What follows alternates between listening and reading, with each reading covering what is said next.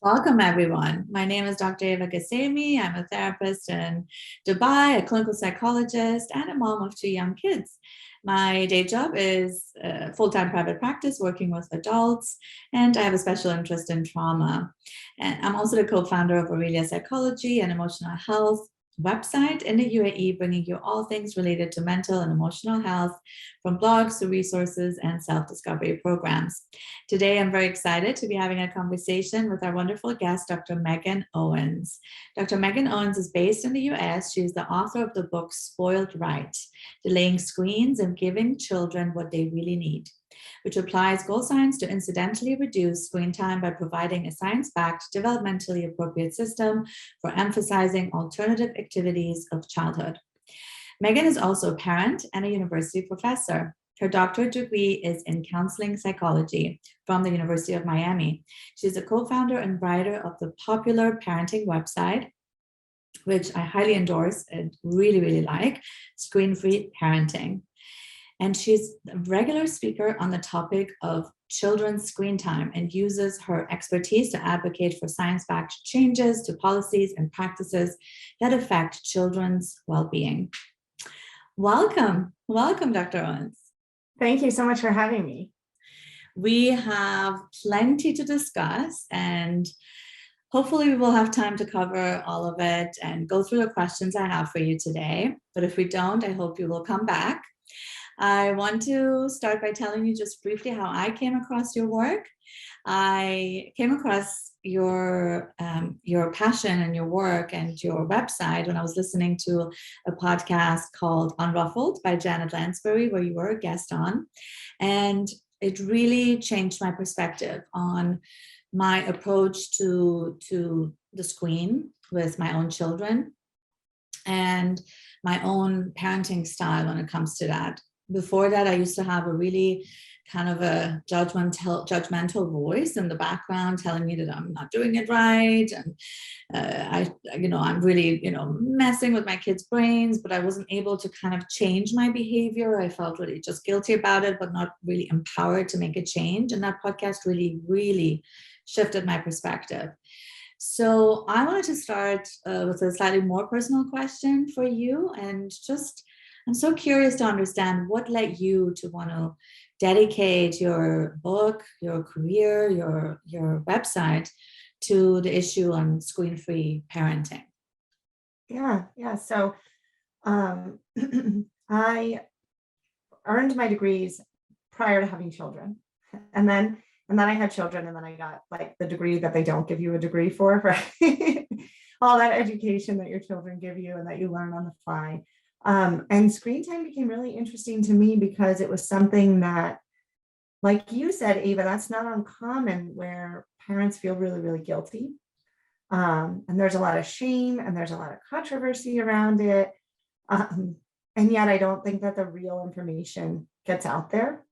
I think that the way that screen time for children is covered in the media, there's just a lot of like back and forth and opposing viewpoints. And like the research is not that controversial. And I just think we have with children's screen time sort of like a public media campaign problem. Like we just, the information that's really good doesn't get out to parents very well. And so that sort of really fueled my passion. And then I am trained research-wise as a goal scientist. So I kind of study the types of goals that people have and how they go about achieving them.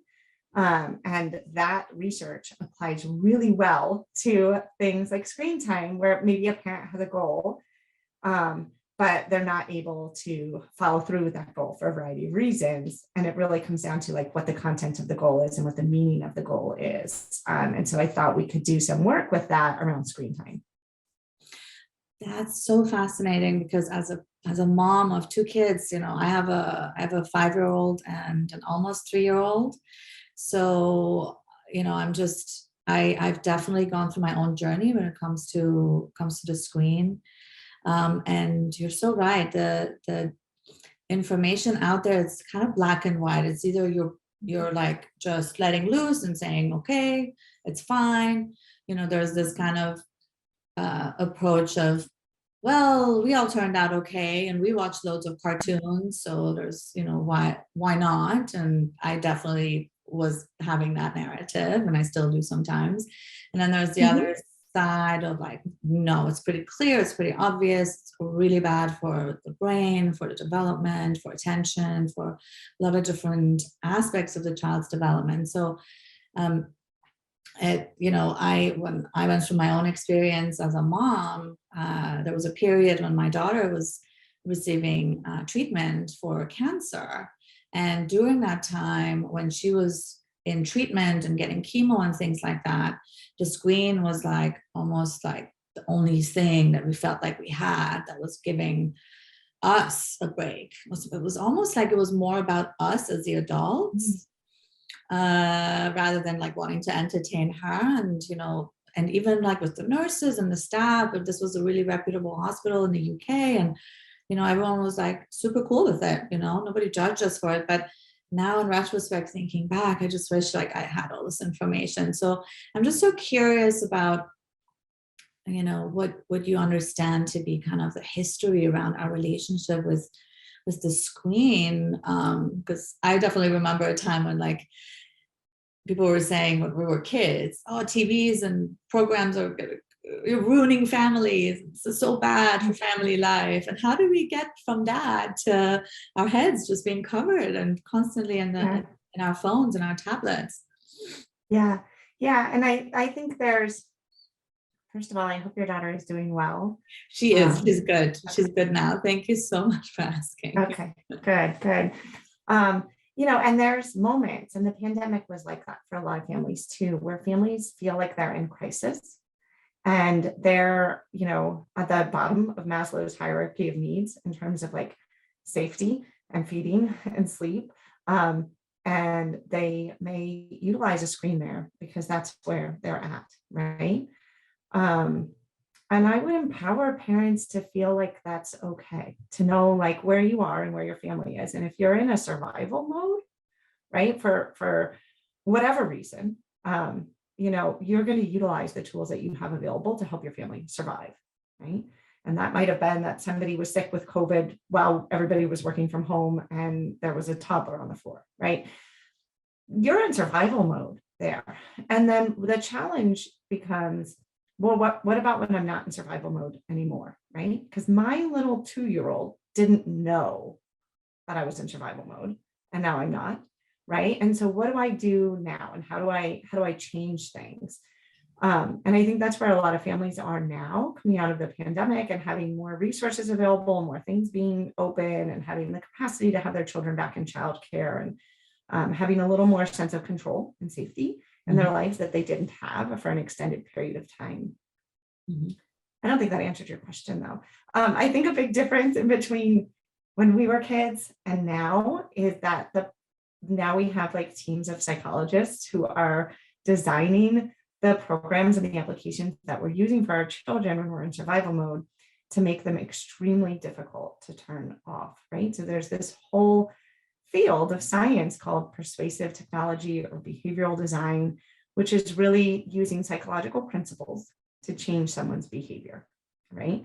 And that sounds scary, but it's written about in a lot of really good ways. Like, maybe we can do this in therapy with, to help people with exposure therapy, or maybe we can do this to encourage people to take more steps or to eat more fruits and vegetables. And the idea there is, you would have the person's consent, right? Like they know you're trying to change their behavior and you're using technology to do it. But those same principles are applied in all the applications and programming and streaming services that are aimed at children. And they are applied to increase time spent on device, right? So just to like get the kid to not want to turn it off. And so then we feel like really bad parents when we use it for survival mode and we try to turn it off and our child is like a complete monster, right? But they're not a monster and we're not bad parents. It's like, this is by design. They wanted to do this to us, right? And that's really different than Sesame Street and cartoons that ended by 11 a.m. on a Saturday morning. Right. Yeah, I remember the time when we used to just have like cartoons for 2 hours a day and that was it. Like there was no other time to watch it. And if you didn't catch it, then, tough luck. You weren't going to get the iPads coming rolling in and, to make up for that. Yeah, Yeah, definitely. there was a real physical boundary, and our parents didn't have to be the gatekeepers. It was over, like at a certain time of night, it changed to infomercials. By noon on a Saturday, it changed to programming that was uninteresting to kids. And so it wasn't the parents turning it off. It was actually the programming. We were like, oh, I guess I've got to go find something to do, or I'm going to watch an infomercial about makeup, which I don't really care about. Exactly. Can you speak a little bit more, because you mentioned persuasive technology, and for our viewers, can you just describe a little bit what that means, and maybe a couple of examples of how that can be used? You mentioned like exposure therapy and things like that, really breaking it down to kind of some really simple examples of what that would look like in day-to-day life, of what persuasive technology is and how that's perhaps being used in different programs for children, whether it's maybe, I don't know, YouTube or, commercials, or the types of programs that are being created. I don't know. I personally actually, even as a psychologist, I actually don't know very much about it. And so I would love to hear your perspective on that. Yeah. And it's a really specialized field. And I just published with a colleague of mine, Richard Freed, an academic journal article around the ethics of persuasive design, because psychologists really shouldn't be involved in both the creation of a problem and the treatment of a problem. And so we have treatment centers, for technology addiction and overuse, while we're like our science is simultaneously being used to create this problem. But so let me give you some real basic ideas of persuasive design. So the goal is, we want to, from a persuasive design, perspective, we want to keep the kid on this device, not because we want to harm them, but because we want to have them hear more and not on somebody else's platform or game, because we want to serve them more advertisements, or we want to charge more for our streaming service, or whatever it might be, where you're paying for this in some way, whether it's a free service or not, right? And so there's a variety of ways we can try to keep kids on a device longer. One thing is really basic that adults can relate to. So for example, if you watch a series on Netflix, right? And you binge the series, you finish it in a weekend, right? Which Netflix CEO is quoted as saying that their biggest competitor is sleep, because they could get people to watch more if they could keep them up. And so one of the ways that they do that is, you'll notice when the episode ends, the episode is clearly not over, right? So like the story arc goes from the middle of one episode to the middle of the next. So if you think you would end an episode, I'll just watch one, your brain is really left hanging on whatever the story arc was, because it doesn't end until the middle of the next episode. And then you think, well, I'll just finish this one. Now there's a new story arc, right? Another really small feature is the autoplay, right? So it's just, we're going to make it really easy for your brain. You don't even have to say you want to watch it again. We know you do. We'll just keep it going. So those are really small ones. But then there's ways in which games for children are designed based on what we know about gambling research, right? And how do we make slot machines, for example, really encourage compulsive use of them? And one of the ways that you make a slot machine really compulsively usable is to use the near miss effect, which is where somebody loses, but they feel like they almost won, right? So if you're not familiar with slot machines, like this is really basic, like you have two pictures that line up, and the third picture is just the next one. You just barely missed it. And you want to keep playing because you didn't really lose. You almost won. And there's a lot of science to show how that, how our brain encodes that, and how it encourages our motivation, how it encourages us to keep going. So this is applied in all sorts of games that are used for children, where, for example, in Fortnite, they die, but then they get feedback about how close their opponent's lifeline was to having been dying themselves. And so they see like, well, I died, I lost, but they encode that as a near miss, because he was almost dead. So if I would have stayed alive a little bit longer, I would have won. So I'm going to keep playing, right? So this is an example, sorry to interject. So this is an example of like a video game of how, because I'm not familiar with this particular video game, but what I can speak of from my experience with my daughter is like these different apps on your tablet that you can download, and they supposedly are for learning. So they have this, like, they draw you in because they have math and shapes, and, they have to, or my son, he's only 2, and wow, he can put this in there and this shape in that box. And even as a therapist, as an educated mom, I get really drawn to that stuff. But technically, this is also using the screen, right? These are games. These are designed to Yeah. pull you in. Most of them are junk. Like there's nothing that really, we don't have. I mean, the internet for children right now is just like this horrible, unregulated environment where nobody is saying what is educational and what is not. And so it's all left up to the parents. It's like you go to an amusement park where none of the rides have been inspected. Like nothing is run according to any regulations. And your kids are like, oh, this looks like so much fun. And you're like, I don't know, maybe this one is okay. Like you're trying to figure it out, but nobody's helping you. Because the term educational, I mean, that's not regulated. And the last time that I looked in the App Store, there was hundreds of thousands of educational apps designed for children. They just put that keyword in there, and children's brains are different than adults' brains. So children are hypersensitive to reward, and they're poor at understanding the risks to achieve a reward, right? Because their prefrontal cortex is underdeveloped, but the aspects of their brain that are, sensitive to reward are quite developed. And so this, because like if you give your child a sticker when they're 2, they're like, this is the most amazing thing ever. And what do I have to do for the next sticker? I'll do it right now, right?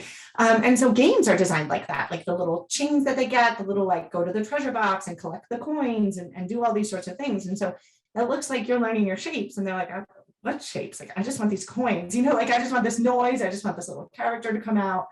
And so all of that is causing this like dopamine rush in their brains because they feel like they're being rewarded, and the rewards feel really salient to them. And so then when we try to pull it away, that's when they exhibit behaviors that look like, whoa, what's wrong with you? Because we're pulling away that reward system. And they're getting this drop in dopamine, and then which is the neurotransmitter that's responsible for a lot of things, but that we experience when we have something that feels good, like a reward. And it kind of looks like withdrawal to us, like it looks like what? Like my kid is losing their mind because they can't have the screen, what's going on? And that's all by design, because if they have this rush of dopamine and this reward feels really salient, then that increases motivation to return to the device and to keep using it.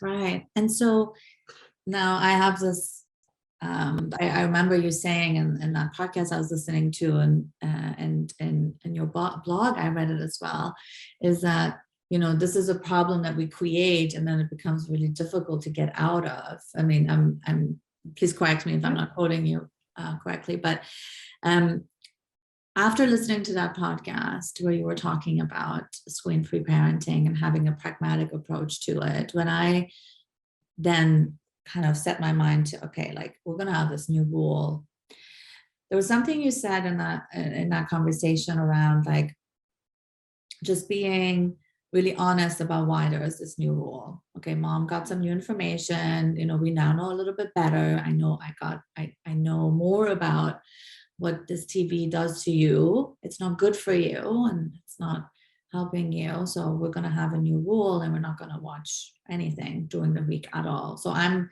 at this stage limiting, which I think is huge progress for me, because before this it was like, free reign. So, and my daughter's reaction initially was, but I was prepared for that. And her reaction initially was, complete, proper tantrum, like really like someone was going through withdrawal. So, but I just kind of said, okay, this is a normal reaction. This is a normal reaction. This is the physiology. This is what happens. And so just having that awareness helped me kind of soothe myself a little bit and talk to myself and not react and be like, okay, sorry, here's the tablet.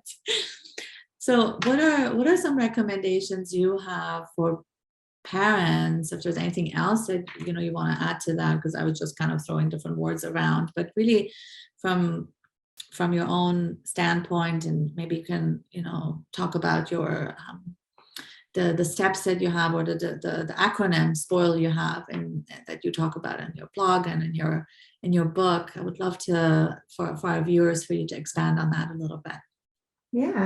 Yeah. So first of all, I think it's really helpful to know about persuasive design, because then you have a different enemy. It's not that you're a bad parent, and it's not that your kid is a nightmare. It's that this is what was supposed to happen, right? Which is what you're saying, Ava. Like, I knew this.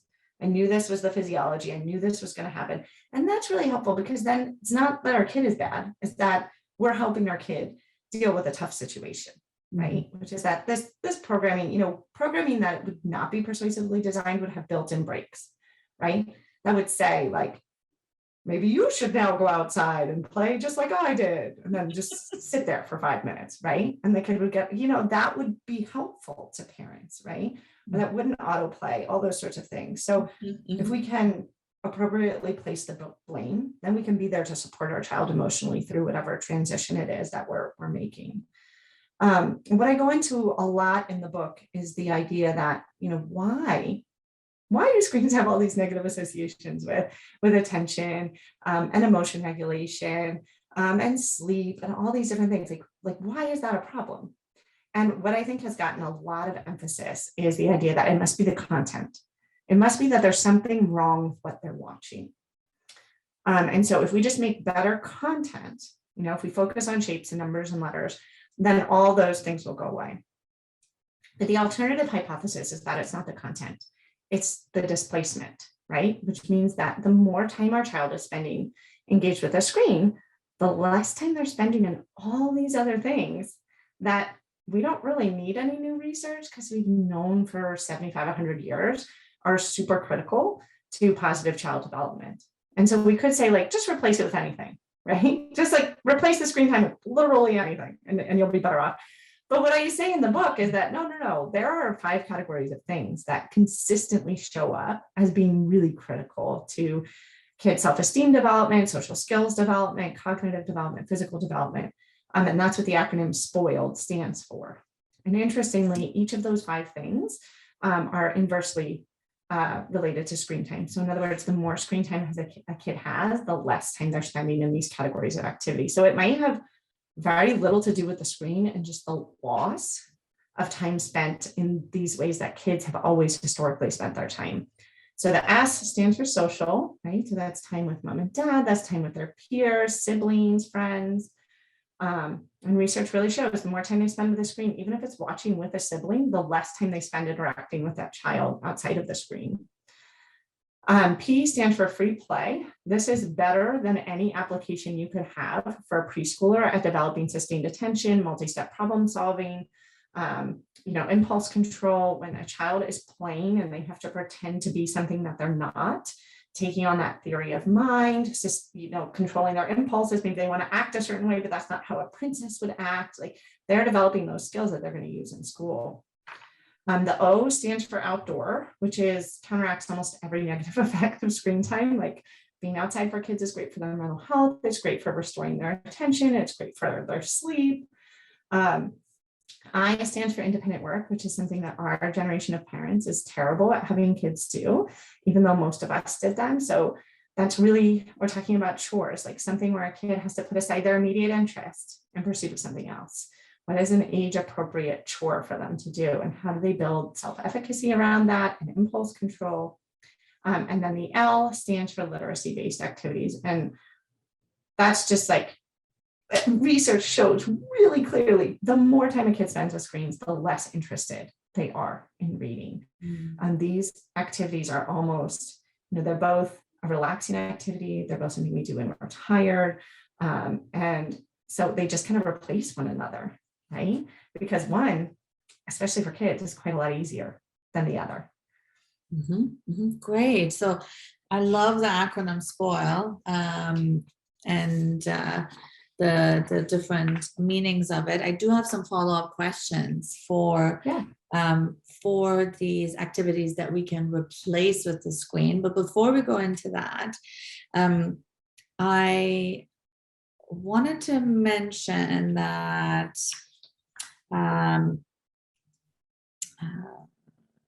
this whole aspect of when you, for example, I guess it's more of a statement I'm making, but also a question I'm asking at the same time. So when you're talking about the research of what the effect of the screen is on children, this is like research that would have like, have looked at kids over time, would have looked at kids across different developments.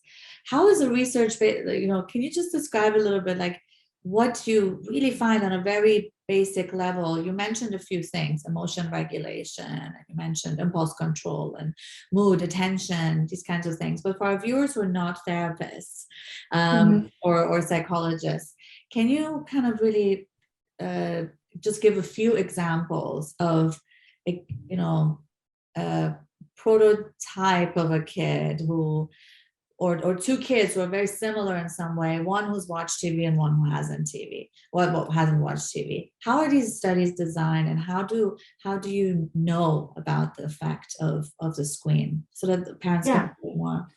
Yeah. So I'll give some examples. I will say that that's why I think it's helpful as parents to try to focus our attention on these positive goals of these things that we know are associated with good child development, like in the spoil system, because the research on that is way more solid than the research on screen time is ever going to be, because screen time is changing constantly, right? Like we've been studying children's play for 100 years.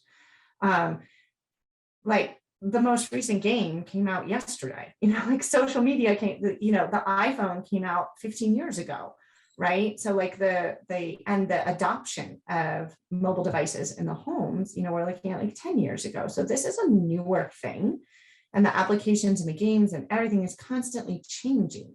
And so that's where the controversy in the news comes in, where it's like, well, this study showed this and this study showed that. You're looking at little different things, but you're ignoring this huge elephant in the room, which is, regardless of what they're doing, if they're not playing anymore, if they're not having to do something they don't want to do, like wait in line, which is just like doing things you don't want to do is just a part of life. If we're not helping them build their tolerance for that, that's where the real problem could be, regardless of what the screen is showing. So, but I'll give you some examples. So one area of research that's pretty good is on children's sustained attention, which is, how long can they focus on something, which if you have a toddler, it's like not at all, but no. So how long can they focus? And there's two parts to that. So like when I'm focused, can I keep my attention on this thing that I'm doing? And can I ignore other things that are competing for my attention, right? And so there's research that shows both experimental and longitudinal and correlational. That shows, which means, we just look at the kids, what they're doing naturally, that's correlational. We bring them into a lab, we have them do two different things. And we see how they perform then on tests of continuous attention, and then longitudinal is following kids for years. That all shows that the more time kids are spending with recreational screen time, that means screen time for fun, not something like video chatting with grandma, nor something that's required for school, but just like for fun, games and programming. But the more time they're spending with that, the poorer their sustained attention is. So there was one research study that showed, for each hour spent during the preschool ages, it increased their likelihood by 10% of being highlighted at age 7 in school as having attentional difficulties. And then there's research that shows if we bring kids into the lab and we have them do, something like coloring versus something like watching a fast-paced children's cartoon, and then we ask them to do a task that requires continuous attention, the kids who watch the fast-paced cartoon, even though they only watched for like 9 minutes, perform significantly worse than the kids who are coloring. Wow. Right? So the screens are changing really rapidly. Can you just repeat that? I really want this to like land, because, you're saying it, and it's like pretty profound, the impact, meaning, and I'll just say it and then you correct me if that's not the conclusion. But what you're saying is that if children who are in two groups, one who's just watched a little program on a screen, and another one that's just done some coloring, you ask these two groups to both complete a task that requires them to pay attention and not be distracted by other things. The kids that have just watched a program, literally within the previous hour or whatever, they perform worse. And this is considering like they're pretty relatively similar in terms of, different things that, kids would be different in, whether it's gender or age and, backgrounds. That's fascinating. Yeah. So there's quite a few studies that use a similar design to that. And so it is an experimental study. So they randomly assign the kids to the two groups and then ensure there's no differences between the two groups. This makes sense because if we're watching a really fast-paced program, it's preconditioning our kids' minds to expect rapid stimulation. And when their brains don't get it, they kind of search for it. And that looks like inattention to us, right? So if they're like looking all over the environment for something stimulating because they were just stimulated so well, that looks like, why aren't they focused, right? So, I mean, we can relate this to, like, we have decades of research now that show contemplative practices, right? Like mindfulness meditation actually increases people's focus, because what people are doing in mindfulness meditation is continually returning their attention to an anchor, like their breath, right? And that's sort of what kids are doing when they're coloring, right? They're coloring and thoughts are popping up and feelings are popping up, and then they're returning to the coloring, right? And so that's building the capacity for sustained attention. The thing is that our brains are really plastic, even in adulthood, but especially in childhood. And so their brains are changing depending on the environmental input that they get. Incredible. Absolutely fascinating. So back to the spoil about what activities we can replace. Let's say we are now, a bit more, able to help our kids and ourselves to kind of work through these uncomfortable feelings that come up for us when we're trying to put the, tablet or the TV off or the tablet away. And we want to actually put in the effort. So it's not just helpful to, I think that's something you mentioned in your book, if I'm not mistaken, it's not helpful to just take something away. You want to also replace it with something positive, with something that makes us feel good.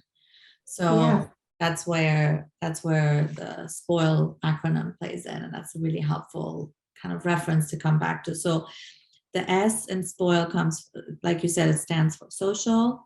So all the, quality time, being with siblings, being with peers,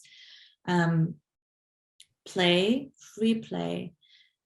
Can you give an example of what free play would be? So SPOIL is social play, outdoor, independent, and literacy. And so for the play part, what are some examples for free play? And I know your blog is a wonderful resource for that, for examples and things that, we're definitely going to link that people can go on to have some options. What can you give us some examples right now? Yeah. And I also, in the book, for each of the categories, give, loads of ideas so parents can find ones that kind of fit for their family or fit for their kids' personality. And the book spends much less time on screen time than it does on these categories on the SPOIL system, because we have enough books that tell us about screen time without much of a solution. And so what's fun about this is that there's so much research on play. Just read one chapter of the book a month, because you won't be able to get through it, because you'll just want to go create play scenarios for your kid, because you realize the research is so good. Like, there's research that shows that children who are enrolled in academic preschool, so there's an emphasis on rote memorization and skill development, do worse in kindergarten, first and second grade than children who are enrolled in play-based preschool programming. And play-based preschool programming, you're really looking at sociodramatic play. So play schemes where a child is pretending to be something, and they're pretending a whole scenario. And that whole scenario, if you've ever played with kids, it's kind of annoying. There's a lot of roles and rules. And if you don't do it right, they tell you're like, Mommy, no, like, that's not what they would do. Don't do that. That's not how the dog acts. The dog can't talk. Stop. Get down on all fours. Like, you're doing it wrong, right? The thing is, they're building in their brain the wiring for following roles and rules and understanding what a dog would do, which is understanding what a teacher is doing in the classroom. If you have school age children and you want to know how their day is, you just say, like, let's play school. And then You get to be a kid who's either well behaved or poor behaved, and you get to see exactly how the teacher is responding to those things, because they will be the teacher, right? And you'll see what they're doing. And when they take on that role, now they're understanding the teacher's perspective better, right? And they might want to do something else in the moment, but they know that's not what a teacher does. And if kids are playing together, they remind each other, just like they do us as adults. You have to stay in your role. That's not what you would do, right?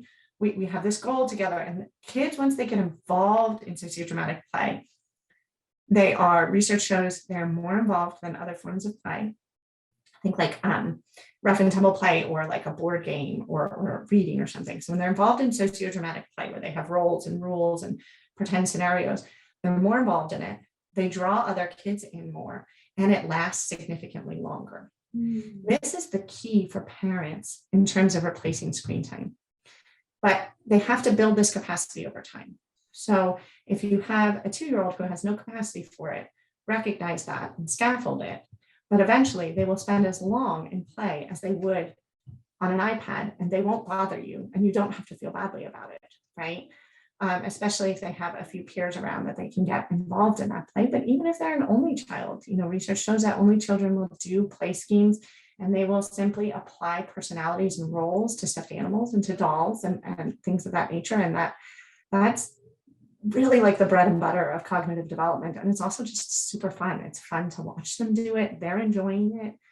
And so that's really what we're talking about in play, is they're coming up with their own game. You're not directing it as an adult. It's not the soccer field, and it's not the board game. It's their self-directed engagement. Awesome. So you're saying we don't have to be entertaining them. No, I think that's like the biggest myth, is that, if you don't have a screen, you have to entertain them. No, if they don't have a screen, they have to entertain themselves or tolerate negative emotions. Both things are worthwhile, right? Like when I get in the shower, I can hand a kid a screen, or I can let them deal with the fact that like I'm not available. And that's always when they want you, is when you're not available. That's okay. That's life. That's a part of flourishing, even in life, of having a good, meaningful life. Negative emotions are a part of it. And we don't want to be so loving that we don't give our kids any exposure to negative emotions. And then it's really intolerable for them when they eventually have them, because we all have them. That's beautiful, actually. That's really, really helpful. And I think that also brings me a little bit back to like wanting to ask you some questions that are very specific to kind of our community here in the UAE and in Dubai. And just for our viewers, you and I, this is our first time talking to each other, so I haven't had a chance to tell you that much about it in terms of like what Dubai is like. But I did send you, we had email communication, so I did send you some questions about that. And one of the things that is really I've lived in the US, but not, it's been a while, and I don't know what it's like for working parents. When I lived there, I was a graduate student and I did not have a family, so it's a very different experience. So there may be some things that are relevant in your experience as a mother and the communities that you've worked with and the research that you've done that I can apply to our audience, which is that most of us, we come to Dubai or the UAE, we're expats, right? So we all come here for work. We're like migrants, we're here specifically for work, to build a better life, to achieve our dreams and all these things. And so we have a lot of household where both parents are working, and we also have the privilege of having helpers and nannies and a lot of support. So I think one of the challenges that you probably get in the US is that you have to rely there on childcare outside of the home. We have a lot of support for childcare inside the home. So we have a lot of families who have 1, 2, sometimes 3 nannies for a family of like 4. Like there's just 2 kids, but there's like 2 nannies, 1 for each kid. And based on what you're describing to me of this whole thing around we don't have to entertain kids, what ends up happening is that these nannies end up playing the role of entertainer, constant entertainment and redirecting. And it's like our kids don't get the chance to self-regulate. They don't get a chance to figure it out on their own. And I'm one of the moms. Like, I have an amazing nanny that I'm super grateful for, but I know based on her own culture and based on years of working in Dubai and expectations that other families have had for her, where she was supposed to spoon feed children, change their clothes, like 3-year-old, 4-year-old, to get, everything is done for them. And so just bringing that into the picture, what would you say to some of our parents who are, who actually have it pretty easy in that way, in that sense? Yeah. But how would you, what would you say to our parents and our audience around, what the impact of that would be? And of course, the nannies do use the screen, and depends what the mom's rules are. Sometimes they use it, sometimes they don't. But how can we navigate that? Do you have any suggestions about how we could navigate this whole, being pampered, spoiled, not in a good way? Yeah. Not in your book. Yeah. Well, that's the thing. It's the parents pay for it at some point, right? So just in the same way that the parents pay for the screen entertaining the child, too often. The same thing with the nanny, right? So if you have a child who really expects adults to be entertaining them and to be, when we say entertaining, I think we're using it as a code word for regulating their emotions, like making them feel good, right? Like, I'm feeling tired right now. I want you to make me feel better by entertaining me. I'm feeling bored right now. I want you to make me feel better by entertaining me. I'm feeling frustrated. I want you to do it for me. Right. So we're really using that as entertainment as a code word for you outsourcing, the kid outsourcing their emotion regulation. And parents pay for that, because when you come home and you're tired, or you're there on the weekends when you're not working, that expectation is there for you. Right. But you're not the nanny working. You are now you're a human who's tired from work yourself and who has other needs you need to attend to. And you have this kid who's like, no, I expect you to regulate my emotions for me.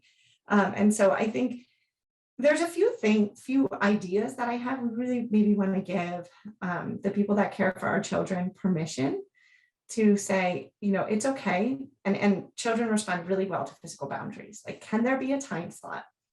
Maybe it's after lunch when the nanny needs to be doing something with a younger child, or the nanny needs to be doing cleaning up or something, where the nanny is not available to play with you. And during that time, you have access to all these toys or all these books or whatever it is. This is a time when you play in this space. You get to do whatever you want to do. And we're really excited afterwards to see what it is you did. And you build that time over time, right? Just like a gym routine. You just go in the building the first day. The next day you spend 5 minutes, right? And so build that capacity until you have a 2-year-old should easily be able to spend an hour. So what's like a realistic? Oh yeah, great. So 2-year-old is expected to be able to spend a whole hour free playing. Yeah, but not right away. Not if they haven't had the exposure to it, right? So if they've never been to the gym before, we don't just drop them off and say get stronger. We build it a little bit. And so one thing that we can do is we can make sure that toys that are promotive of play, sociodramatic play, are available to them, and not too many toys, just a few toys in a small space, is available to them. And we give them 10 minutes. And then we're flexible in time, or the nanny is flexible in time. So we never interrupt a child who is playing unless we have to, because they have to go to school or something is happening, right? Or an appointment. But if we check in and we're listening after 10 minutes and they're still going, that's okay. We don't have to interrupt it. We don't have to say, it's done. I'm here now. Now I will entertain you. And then, slowly build that. And then their capacity will be so beyond. By the time they're 4 or 5, they'll be able to spend, 3 hours, assuming they're fed and they're tired. They're fed and they're slept, and all of their needs are met. Yeah. Then they'll be able to spend a really long time. And some of the things you want to make available for them, the best play things, are things that don't do a whole lot for them, because they use their mind then to infuse them with characters and personalities. And so children play in a less involved way with, the fancy toys like Furbies that talk and that do all sorts of things for them, or electronic toys. You want to give them the basics like costumes, dolls, and blocks that like are not electronic. They can build something with it. The dolls can have conversations. They can be in a dollhouse, cars, like really basic things that they can develop a whole sort of world around. And it is very helpful. Kids do play more when there's less toys. So you kind of go in and clean up and just make 4 or 5 things available, and then slowly, incrementally build their time. Another thing that would be helpful with the nanny is to have a set time where the child engages in chores under the nanny's supervision, right? So those 2 things are going to be, think about how you want your child to behave when you are there and try to set that up with the nanny. So, and the good thing is that, perhaps the nanny might have more patience than we do as adults, because we just take over and we're like, whatever, it will just be faster if I do the laundry. But if this is a part of the nanny's task in raising the child, that like, I really want her to take her laundry out, and however messy it is, put it in the right drawers, like sorting. So think about an age appropriate chore. And I like to think like 15 minutes is quite long enough for like a 2 to 4-year-old child, something that might take them 15 minutes. And you want to have them maybe do that twice a day. And then you also want to have this time of day where, sorry, nanny is busy right now, but we have this for you to play with, and we're really excited for you to do it. And we know you're going to come up with really interesting things during that time. This is so helpful. I love this. Yeah, because I love the kind of really practical ideas on how this can, what that would actually look like, and something that can also be easily taught, because I'm learning it from you, I'm hearing it, and I'm like, okay, that sounds pretty doable. So if I feel like I can do it, I think the nanny can totally do it, because she has way more patience than me. Right. But it's like utilizing her patience in the right way. Don't utilize her patience to like make everything about your kid's life easier, because then that's just making your life harder, and it's making your kids' life harder once they grow up and they realize like the world doesn't operate that way for them. Yeah, exactly. As long as my kids know to do some of these super basic things, like just even like things like brushing teeth and taking a shower. I think my 5-year-old could totally do this stuff on her own. Yeah. Right? These are age appropriate things to be. That's age appropriate for a 5-year-old. That they might need some scaffolding. So they might need some coaching the first time. So if you say like, they don't want you to bathe him anymore, but if you could just sit outside the shower and remind him, to look up, to, help him problem solve strategies for water in the eyes, like that sort of thing, like just coach him hands off, like take your hands, sit on him, and just use your mouth to like coach him through it so he can do it on his own. And when we don't let them do things on their own, and we don't involve them in household chores and washing dishes and folding laundry and picking up, they don't have a sense that they matter and that they belong and that they're contributing. And that's what we're really saying, is that you don't have anything to offer. You can't do anything on your own, right? And so when we give them chores, sure, people moan about chores, adults moan about chores, but they know that they matter in the house, right? Like, and think about what that would be like on a Saturday morning to wake up and you have some things to do, and the kid is also like, yeah, what are we doing? Like, I know that this is a typical chore time for me. Or after lunch, you're feeling a little tired, you want to read or talk to your partner, and the kid's like, yeah, I'm going to go to the playroom now, because this is my time to play by myself, right? And so now you have this like much more peaceful environment, and you have more energy and capacity to interact with them when it is time for that. That sounds amazing. That sounds great. So it's good for us and for them, right? Yeah. And I love what you just said. It's like, okay, us doing everything for them, what they're actually hearing is that you don't matter, you can't do this, you don't belong. It's like, child, I think it was one of my professors who once said it, or I read it somewhere, like kids are really good observers but terrible interpreters. And this is one of the ways in which they can really misinterpret our love for actually something that is telling them you're not capable and you can't do this stuff. I mean, when we hand them an iPad because they have to wait in line, we're saying, I don't think you can do this. I don't think you can do this. So here you go. But if we are willing to tolerate them doing it, which might not look pretty or be quiet, we're saying, I know you can do it. And I'm here, but you can do it. You can do this. Or the same thing with the showering, or the same thing with the dishes. Like, I need your help. it's a lot of work to be in a family, and I need you. I can't do it without you. Right. And now you have a child. That's every theory of child development talks about, the development of autonomy, the development of self-efficacy, the need to do it by themselves. And so we want to build that. We want them to feel like they matter in our household. Like we rely on them for some things, even if it's taking the dishes to the sink, right? Or throwing the trash in the trash can. We rely on you for that. And it would be really hard for mommy if I had to do all of that. I'd have so much less time to play and so much less energy to do things together. Beautiful, beautiful. I really love it. I really love also your tone and the way in which you are talking to me as a parent about this, where it's like, on the one hand, you're speaking to children, like, no, you can do this. But I'm, as a parent, also hearing this, no, you can do this, and like feeling really empowered of like, okay, no, I can do it. No, I can do it. Yeah. Possible. And you see how our conversation has shifted from screens to like chores and play and all these other things, right? And so if you have those things set up in your household, chores and play and outdoor time and reading time, which doesn't mean you're reading to them. It can mean a Tony box or a CD or an audiobook or a podcast. All of those things count as literacy, and kids are doing a lot of mental work when they're trying to follow that story. But if you have all that and then you watch a cartoon at night, it doesn't matter. You're not going to undo everything, right? So like you can worry a little bit less about whatever the rules are, the boundaries are in your home around that media. You just want to create boundaries so it doesn't edge out all this stuff, right? Just like if we eat donuts all day, we just like are not hungry for apples, right? Like that's the same thing that happened. If they just have screen time all day, they just don't have any space for books and chores. Like that, why would they do that? Right. So let's prioritize those things first. And then these, screen time is whatever, neutral, it's just something extra that they do or that you do as a family when you find it appropriate. Exactly. So that brings me to the next question around children and their sensitivity levels to different environmental stimulation. So you have this beautiful description of kids being on a spectrum. Can you talk a little bit about that and what that means and what that looks like?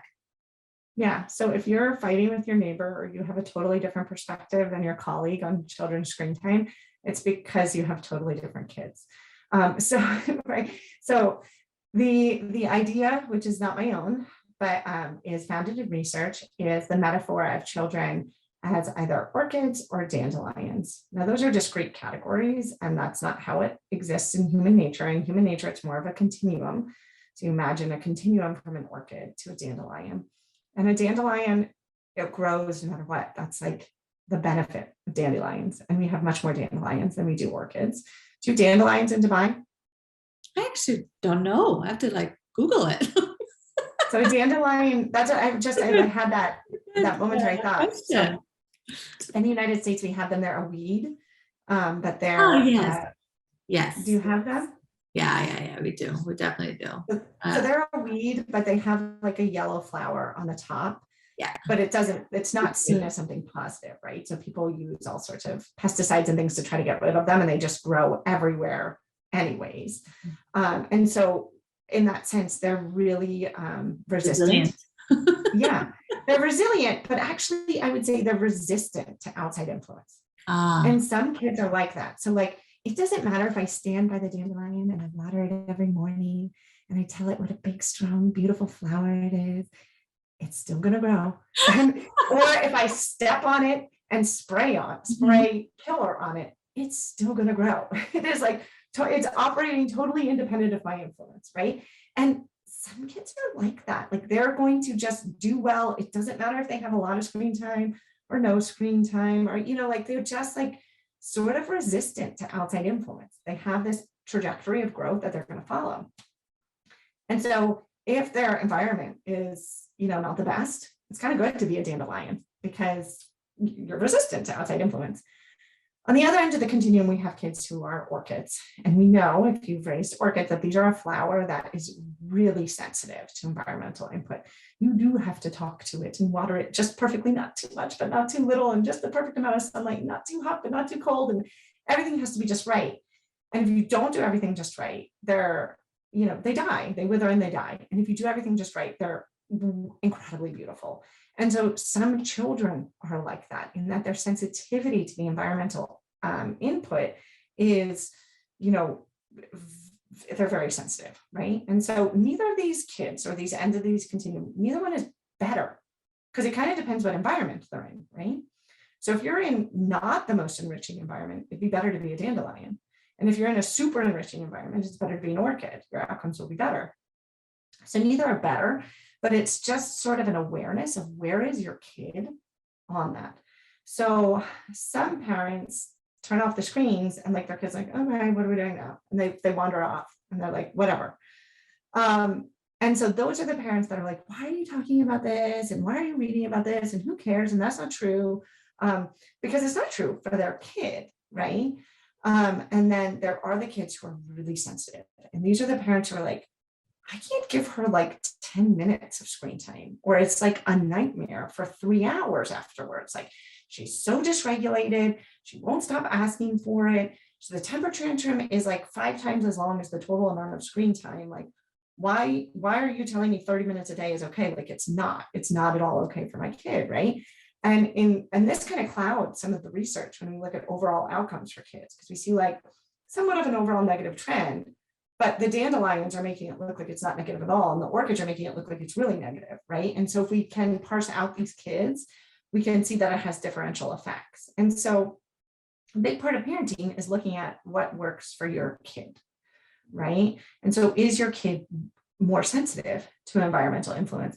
And if they are, and you notice that they are dysregulated after using a screen, or they're less focused, or they're more irritable, or they don't sleep as well, which is super important and an outcome for a lot of kids, then you're going to be more strict with screen time than your neighbor, your partner, your colleague, or whoever who has a kid who is, they watch an hour, sometimes 2 a day. Doesn't really seem to matter. No, they sleep fine, right? And so they don't have to worry about it as much. And it doesn't mean that anybody's experience is not valid, right? Because the research supports that both experiences are occurring for kids.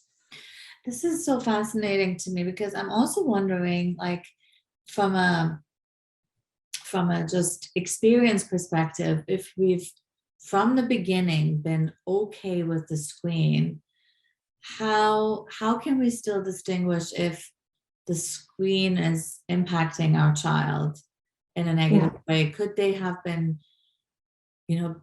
happier and just with better mood and generally just developing even better if they weren't watching so much? And so I feel like maybe they don't have like these like big negative experiences when they're children who are supposedly like dandelions watching as much TV, but what would it be like if they replaced it with all these other options that are really pro their development and intellectual capacities and all the different things we want to see in our kids? You have to do an experiment. And, I highly recommend those little experiments with the studies of 1 or 2, however many children are in your household. So, we have some built-in ones in our household. We don't utilize any screens at all from Friday night at 5 until Saturday night at 5. And so like, you can kind of see, is your child really dysregulated without it? Do they sleep better? And it's also helpful if you're going to go on a vacation, maybe mom and dad are more available to say like, hey, we're not going to use them this week. And like, how do the kids react? And I know for some parents, they're probably thinking like, I don't want to go on vacation and take this away. Like, it's supposed to be relaxing for me too. But it won't be a vacation anymore. If you're having that thought, then that's information for you that maybe, it is time for a vacation from it, right? Because if the screen is a toy, right? The screen is a toy. It's a very expensive, super interesting toy, but it is a toy for most children under the age of 5. And so if you went on vacation and I said, like, you're not going to bring this doll, or you're not going to bring the set of blocks, you should be able to tolerate that, right? and so it's the same thing with a toy. And if you think like, oh my God, we cannot do it, then that's information that maybe you don't want to do it on vacation, but maybe you want to do a week ahead of time with your caretaker at home, that like, and plan with the kid, explain, hey, we're going to take a break from it, because it's good to take a break from all sorts of things, right? Just to see how things go and to evaluate our priorities. But we know it might be a little hard for you to take a break because it's really fun. Like, I got it. It's really fun. Mommy watches shows too. Like, it's really interesting. So what are some things that you want to do this week instead while we take this break, right? And so that's the spoil system, but you're letting them delineate it. What do you want to do more of? What's really fun for you? What do you have the most fun doing? Okay, let's make sure that we have those things available this week while we take this break, and then take a look at, like, the first 2 days, 3 days might be a nightmare. But what does their sleep look like at the end of the week? What does their eating look like at the end of the week? What does their mood look like at the end of the week? And that gives you some information. Sorry to interject. So meaning, like, are they sleeping longer, or are they going to bed with more ease and not fighting me on it, and things like this, right? That's how Yes. yeah. Mm-hmm. Yeah, so the research shows that kids will go to bed later because they're watching screens, and some of that's blue light emission and like their natural circadian rhythms. They also are spending less time outside, and sunlight on our skin is how we regulate our circadian rhythms. But also kids will wake up earlier for it. So that's like a plug-in time for little kids, for screens, for a lot of parents. It's like, oh, it's 4:30 and you're awake, but I'm not alive. So here's this. It's reinforcing, and they continue to wake up early. Wow. So what if when they woke up at 5 o'clock, it was not a screen, but it was blocks or it was Legos? Are they going to keep waking up for that? Are they a little actually tired in the morning, and they're going to roll over and fall back asleep because that's not so engaging to them? It's not so reinforcing. It doesn't cause such a dopamine rush that it gets them out of bed. Mm-hmm. Yeah. And so you might think like, well, my kid only sleeps 9 hours a night, and then by a week break, they're sleeping 11 hours. Well, that's super duper information, because they can't focus, they can't pay attention, they can't regulate their emotions if they're chronically sleep deprived. And that's might be the first domino of all these other negative effects that screen times have for kids, right? So like we say, like, there's difficulty with focusing and emotion regulation and all that. Sleep is critically important for all of those things to happen, even for adults whose brains are less malleable. So it allows you to pay attention to those sorts of things and see what might be going on. Do they still eat as much? Are they eating a little bit less because they're not watching TV while they're eating? Are they eating a little more because they're not distracted by the TV while they're eating? We want to know that, right? Like, because going back to that mindfulness example, like, we want our kids to be mindful eaters. We want them to be checking in and how full do they feel? Or how hungry do they still feel? Okay, well, if you still feel hungry, you need to stay in the seat and finish eating, right? And if you feel full, don't keep eating. Your body is telling you that you're done. But if the screen is there, that's hard for adults to check in that way if they're eating while watching something. And so it's doubly hard for kids to check in that way. So all those sort of like little things, we don't know the impact it's having on our little N of one, our little research study of that 1 or 2 kids in our household, unless we take a little break from it. And there's a psychiatrist in the United States, Victoria Dunkley, who is a holistic psychiatrist who's brilliant. And what's his name? Victoria Dunkley is her name. She has, I'm sure I have it behind me. Yeah. So she wrote this book called Reset Your Child's Brain, which my child has a pumpkin sticker put on. But she does not prescribe any psychiatric medication until the kids take a 4-week break from screens to try to see, what is going on with focus and attention and behavior issues and emotion regulation once we remove this, right? Let's really see, before we do anything else drastic for our kids, let's really see like what's going on. And then once you take a break, it doesn't mean forever break.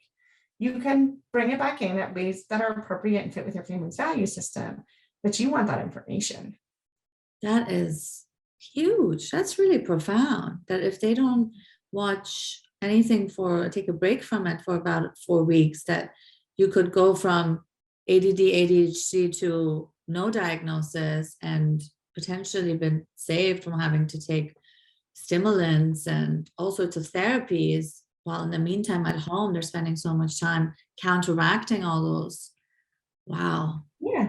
And it might mean that the kid still has ADHD, but that it's managed, you know, with just coping skills and therapy, right? So it might not be that but it could be just that they're exhibiting a lot of symptoms that look like stimulation seeking inattentiveness because they're so used to the constant stimulation and the dopamine rush from video games and applications and programs. But even if it's just they still have ADD, but we can walk them through it and we can build coping skills instead of medication. We want that information. Totally. I think that would be so relieving for a lot of parents. Maybe even if you want to just delay medication, and that could help. Yeah. Awesome. So I have like a million more questions, but I know our time is limited. So I really do hope that we can, continue this conversation also in the future. Just one more question about how to manage. So I'm just going to straight jump into it because it feels like it's coming out of nowhere, but I'll just say it because I really want to put this question out there. So we have really hot summers in Dubai, in the UAE, and the GCC, super, super hot. You're in Pennsylvania? Mm-hmm. You have really cold winters? Yes. Okay. So you have the opposite issue. So in our very, very hot summers, a lot of families leave Dubai for holiday and things like that, but there's a lot of us that stick around. And so what ends up happening is, like our outdoor activities, they're all get scratched out. You can't spend time in the garden. Maybe we go to the pool, but even that is really hot. We have to drive somewhere. We have to go maybe to the mall or to a restaurant or to other people's homes to basically, do something outside the house. And so one of the big things is restaurants and eating out, and weekends, we have a lot of family friendly brunches and things like that. But one of the first things that happens is and I've certainly done that many, many, many, many times, and I still do, is as soon as we sit down, screen comes out, because it's like my kid, especially my daughter, not so much with my son, because my son isn't as interested in the screen. It's interesting. Like he's like, nah, I don't care about this. So we don't really even get into that. I'm curious about why that is. He just wants to run around. He doesn't care. Like screen will not do it for him. But with my daughter, I know that she will, for example, bug him a little less, especially if they're sitting next to each other. We have less of the utensil fights and the, pulling hair and all sorts of different things.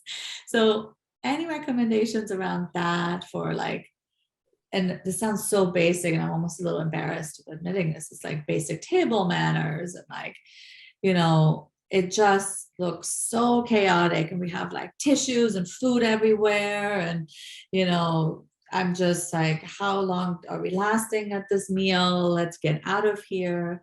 How do you recommend families or parents managing that around the relationship we have with the screen and mealtime?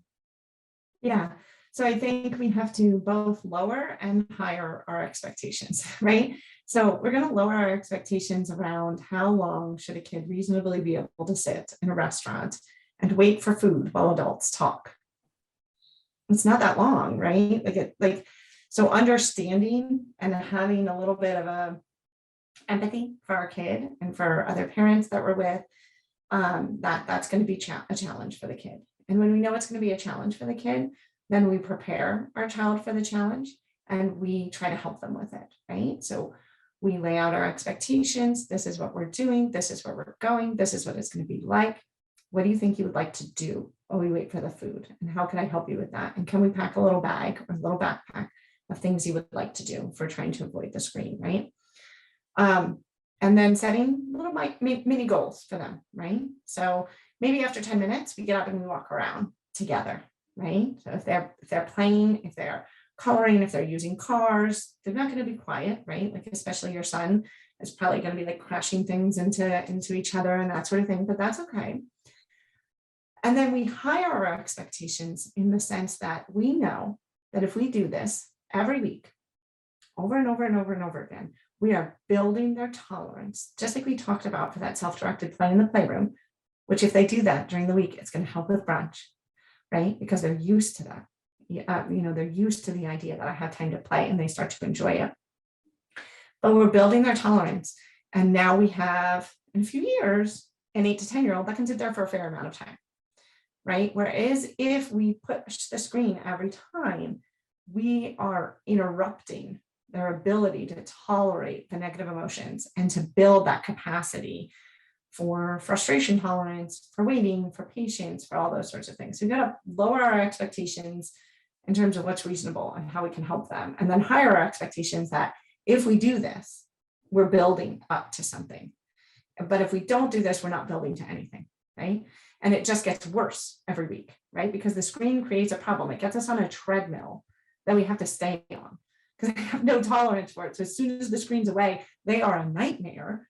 And we're like, how would anybody do it without a screen? And we plug it back in, not realizing like that screen created that nightmare. So let's not give it back to them, right?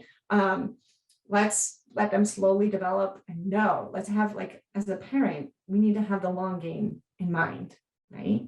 Which is in a few years, I want them to be able to sit here. They're never going to be able to do that if I don't teach them how to do it now, right? And so you're knowing, like, I'm sacrificing a little bit right now for a lot later on, instead of I don't want to do the work now, and then later on it's going to be worse. So also increasing the timeline in which we kind of expect results, right? Not expecting that immediately. Maybe we'll see quick results, which will be great, but it's also more likely than not that it will take a while before they are able to sit at the table. And the other thing too is, and I just squeeze another question in if you don't mind, is about, is there a difference around, okay, let's say we do give in. Let's say, okay, we decide we've tried, and really, like you said, you're going into survival mode, and like you just really feel like, you really want to just resort to the screen, and we've given in. Are there any programs that are a little less, damaging or a little kind of okay? Yes. Compared to others, and what would those be, so that if parents do in the end choose, like, because we have YouTube, there's Netflix, there's games, there's so many different things, options are unlimited. So at least if we have to pick and choose, what would be some okay options? Yeah. So yes, and there's a lot of research on that, and I talk about some of the research on specific programs in the book and on the blog. But one thing you want to keep in mind is try to give your children media that have built-in boundaries.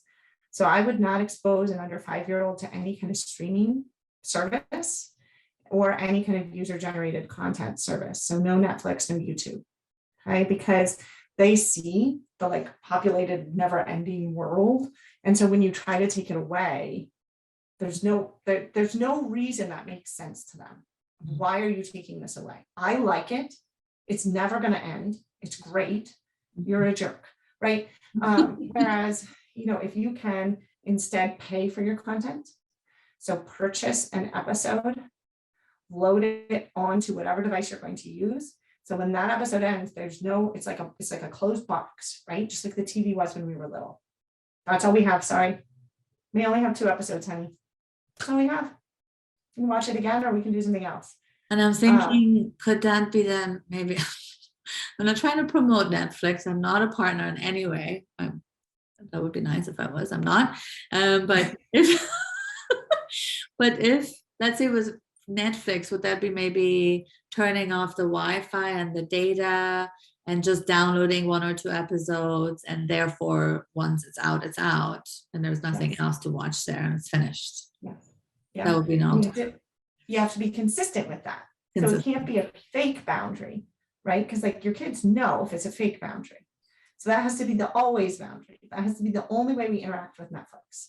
That's all there is, right? And so mommy can purchase more episodes, or I can download more episodes, or whatever language you use, that has to be done ahead of time. And I didn't do that.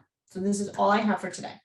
right? Maybe next week I will, however you want to build that library, whatever it might look like.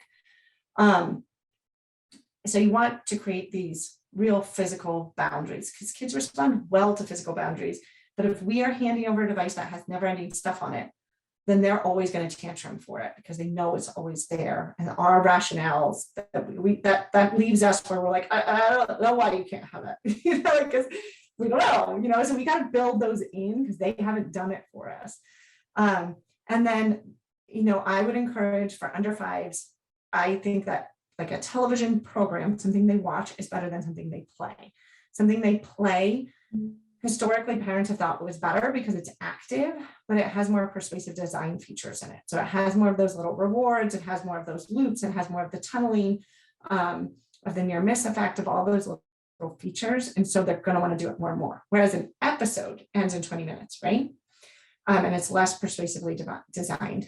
And then there are programs for specifically the 2 to 5 or 3 to 5 set that are designed with educational things in mind. These tend to be older programs, and you want one way to look at it is you want a slower paced program, one where your kid might even get a little bored when they watch it.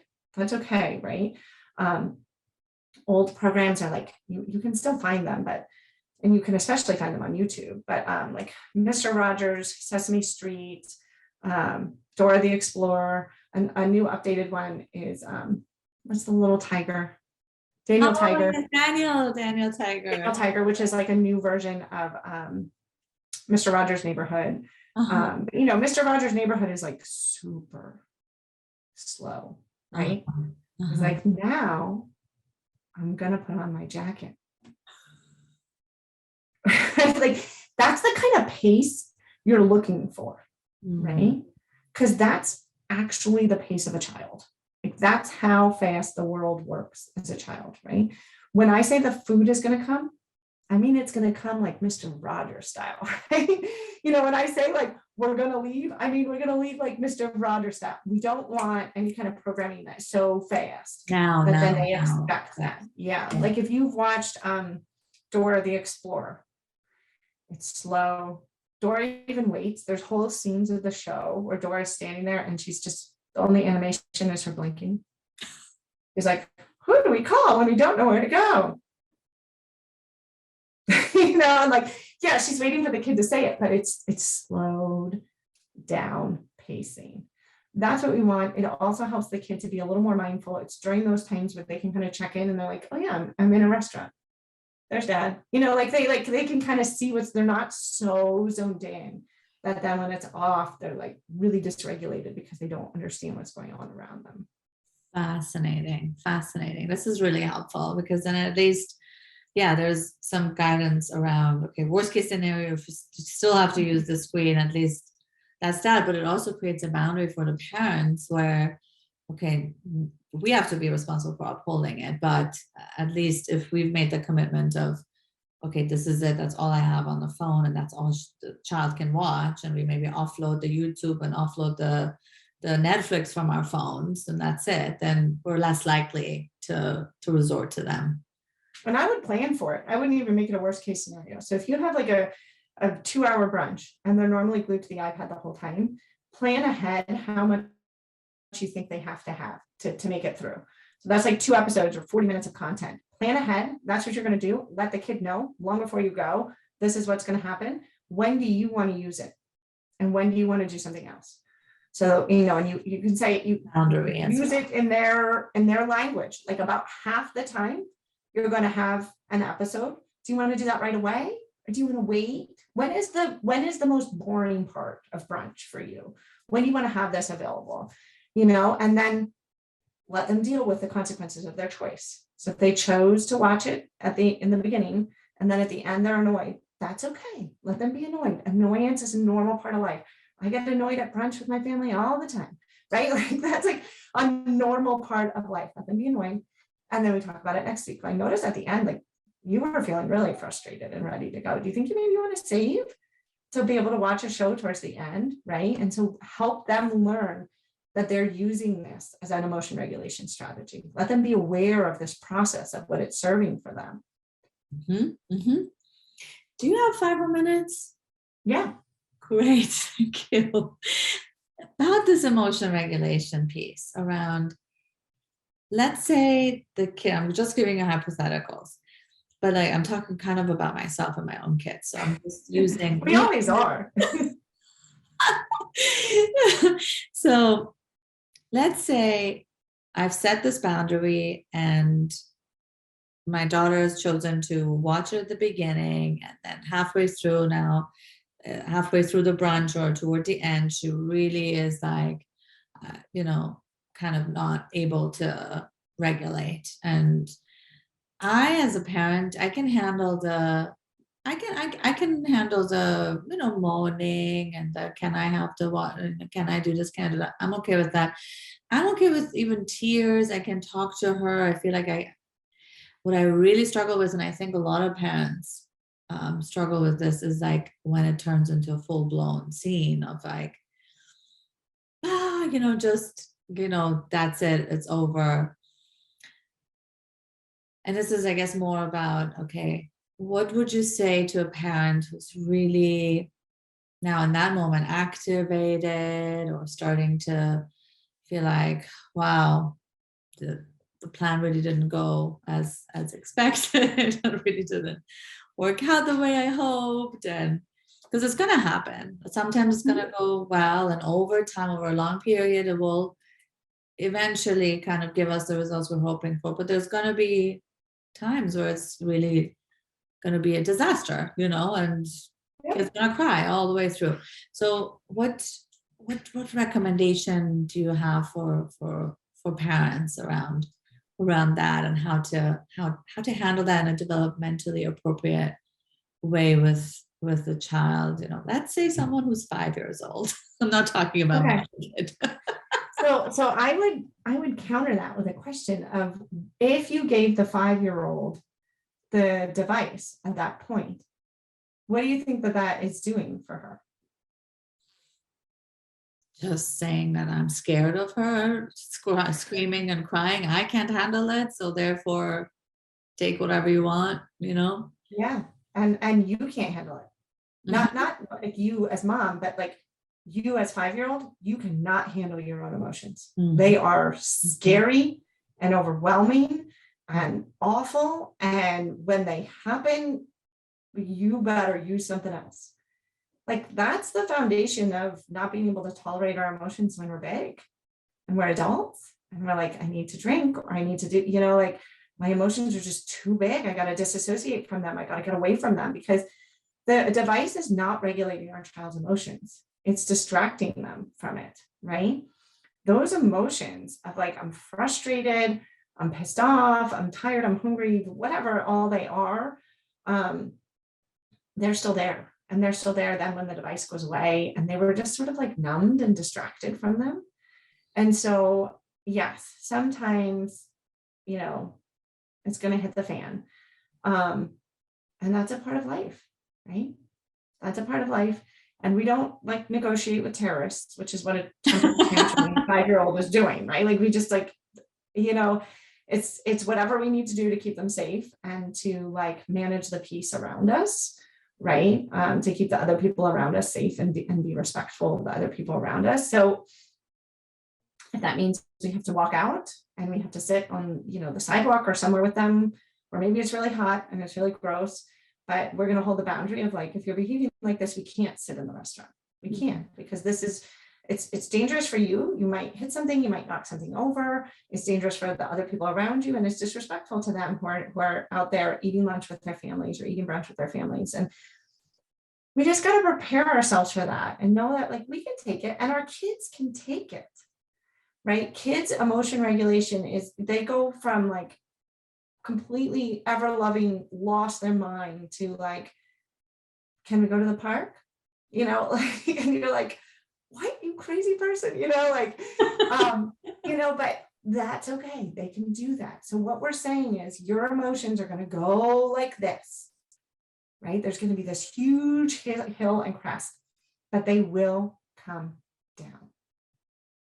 Right? They will come down. That is a big part of therapy, is like, we feel like our emotions are going to last forever. and really run after them and attach and tie to them in so many different ways. But actually, if we don't fight them, they don't last that long. So can we just stay there and say, like, you're really mad, really upset, and just sit and watch it naturally come to its conclusion. And boom, there we just said to our kid, like, you had a really negative emotion. You got through it. Nobody helped you. I didn't help you. The device didn't help you. You could do it, and you could do it next time too. Right? That is so much more important than like saving face and managing the peace at the restaurant. Right? And it's not going to happen every time. It's not going to happen every time. It's going to be less and less and less and less the more you let it. The more you try to tamp it down and cover it up and control it with the screen, the more like it's trying to come out, right? And so, yeah, I mean, that's a part of growing up, is learning that emotion trajectory, and like feeling like when I get sad and upset, I can handle it, right? We want them to know that they can handle it. Exactly. We want them to know Sounds scary. handle it. We want them to know that they can handle it. This is going to be my mantra. I think it's a good one to just kind of keep coming back to. And it's for them to handle. That's the thing. Yeah. Is like when we use the screen, it's because we think it's for us to handle. We can't do it. We can't control their emotions. It's for them to handle. We can sit there. Yeah. We can be there, just to keep them safe and not let them hurt themselves or somebody else. But we can't do it. It's not our brain. It's not our body. It's for them to do. Exactly. I want my kids to know that they can handle it. This is going to be my mantra. I'm going to keep reminding myself, I want my kids to know that they can handle it. So I'm doing it for them. It's not, this is wonderful. This is great. This was honestly, so many insights, such a fun conversation. I could talk about this with you forever. I would love to be able to continue this conversation. If you would be okay with that, that would be awesome. And I just wanted to, ask you if you had any other final, anything else you wanted to add, any other advice, any book recommendations, any words of wisdom you want to share, any inspiration, anything you've learned, anything that, in your work that you've seen, observed, would be, I think, a great way to close for today. I would just say to parents, you can do it and your kid can do it. You can do it and your kid can do it, and set small little goals for yourself. Whether it's we're going to cut it on one day a week, or we're going to cut it at brunch, and couch it as an experiment to yourself. I'm just going to do this for a month. And if what that crazy lady said doesn't work, I'll go back to my old ways, right? So just try it out, right? Just set a manageable goal for yourself that feels reasonable, and feel empowered that there's nothing about you and nothing about your kid and everything about how this device was designed to make you crazy and make people like us have conversations like this, right? This is by design. Absolutely. Yeah, it definitely reminds me of the documentary, A Social Dilemma. I think that's really pretty much what they talk about there. It's more for adults, but I think it's pretty much the same ideas, isn't it? Thank you so much. So we're going to end on that. You can do it and they can do it too. So that's a great mantra as well. I can do it. They can do it. The kids can do it. I can do it. My partner can do it. And the other one that you said as well is, I want my kids to know that they can handle it. I think these are awesome takeaways, along with everything else that you shared. And we're going to link to your book, your wonderful book. And we're going to link to your blog, and would love to see you again. And you're on social media as well, and your blog has a social media. Is it at Screen Free Parenting? Yeah. Great. Yeah. At Screen Free Parenting on Instagram. At Screen Free Parenting. Yeah. And you can go to the website and sign up for regular newsletters, or you can follow us on Facebook or Instagram. And we have we're a little bit counterculture blog, so we don't have as many updates as maybe some people would like, but that's intentional because we have 2 kids.